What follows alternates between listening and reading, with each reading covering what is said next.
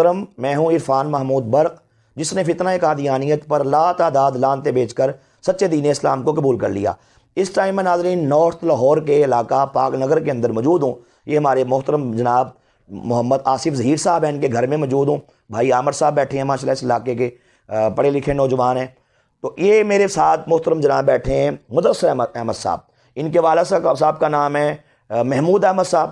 یہ قادیانی کمیونٹی سے بلونگ کرتے ہیں، ان کا دادا، ان کا باپ، ان کا پردادا، یہ سب قادیانی تھے۔ تو یہ کئی نسلوں سے قادیانی چلے آ رہے تھے۔ یہ ناظرین ماشاءاللہ پڑھے لکھے نوجوان ہیں، سب انجینئر آرکیٹیکٹ ہیں۔ یہ ہمارے محترم جناب بھائی عمر ریاض صاحب ہیں، یہ ختم نبوت کے بڑے ماشاءاللہ مجاہد ہیں اور بہت بڑے خطیب ہیں ماشاءاللہ، شعلہ بیان قسم کے خطیب ہیں، بڑا اس پہ ورکنگ کر رہے ہیں۔ انہوں نے مدثر صاحب کو ماشاءاللہ اس حوالے سے بریفنگ دی، ان کو میرے پروگرام سنائے، میرے بیانات سنائے، اور عظیم عالم دین ختم نبوت کے عظیم جرنیل چوکیدار حضرت مولانا بابا خادم حسین رضوی رحمۃ اللہ تعالیٰ علیہ، ان کے بیانات بھی ان کو ماشاءاللہ انہوں نے سنائے۔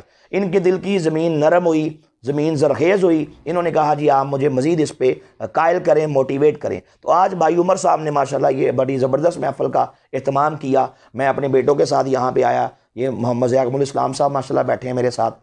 تو ہم نے آج ان کو یہ ساری کتابیں، یہ دلائل ان کے سامنے پیش کیے، اور میں نے ان کو یہ ثابت کیا کہ مرزا قادیانی کذاب یہ کائنات کا بدترین کافر تھا، جس نے اللہ اس کے رسول کی شان میں گستاخیاں کی، اور ختم نبوت کے تاج و تخت پہ اس کذاب نے اپنے ناپاک پنجے گاڑے اور یہ دعویٰ کیا کہ میں اللہ کا نبی اور اللہ کا رسول ہوں۔ تو میں نے یہ تمام چیزیں دکھائیں۔ میں اپنے ناظرین کی انفارمیشن کے لیے صرف ایک دلیل پیش کروں گا کہ جو ان کے دل پہ ماشاءاللہ ہٹ کر گئی، کہ انہوں نے کہا مجھے بات سمجھ آ گئی۔ یہ میرے پاس قرآن پاک ہے، میں نے قرآن پاک کا ترجمہ ان کے سامنے پیش کیا۔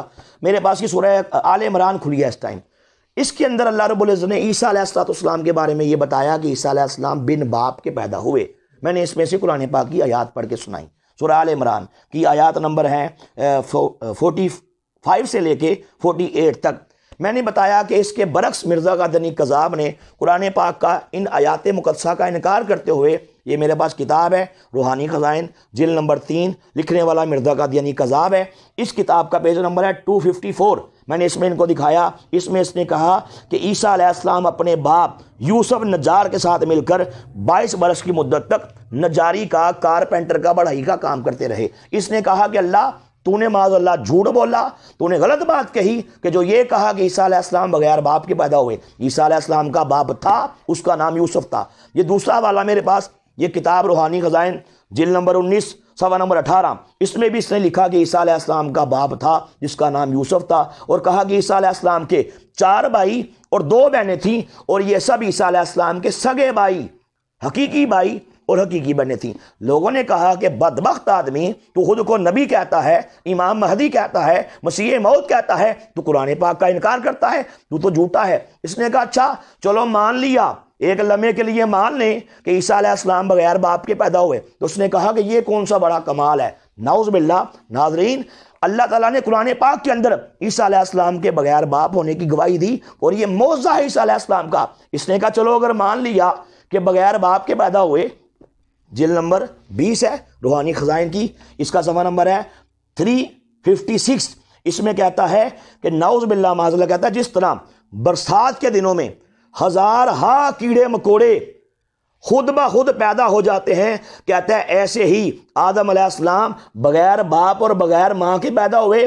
کہتا ہے پھر عیسیٰ علیہ السلام کی اس پیدائش سے کہ بغیر باپ کے پیدا ہوئے کوئی بزرگی ان کی ثابت نہیں ہوتی، بلکہ بغیر باپ کے پیدا ہونا بعض قوا سے محروم ہونے پر دلالت کرتا ہے۔ کہتا ہے نعوذ باللہ عیسیٰ علیہ السلام کا اگر تم مان لو، قرآن کی بات لے کہ عیسیٰ علیہ السلام بغیر باپ کے پیدا ہوئے، کہتا ہے اس میں عیسیٰ علیہ السلام کی بزرگی کیا ہے، کمال کیا ہے، بلکہ معاذ اللہ یہ تو ویکنس ہے، یہ تو کمزوری ہے۔ مجھے بتائیں ناظرین، جو اللہ کے نبی علیہ السلام کی شان میں بکواس کرے عیسیٰ علیہ السلام کے بارے میں، اور آدم علیہ السلام کے بارے میں بکواس کرے کہ بغیر باپ کے پیدا ہوئے، اس میں کون سا کمال ہے؟ یہ مسلمان ہے بدترین کافر ہے۔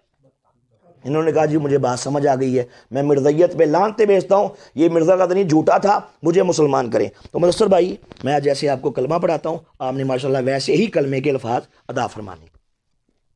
پڑھیے جی۔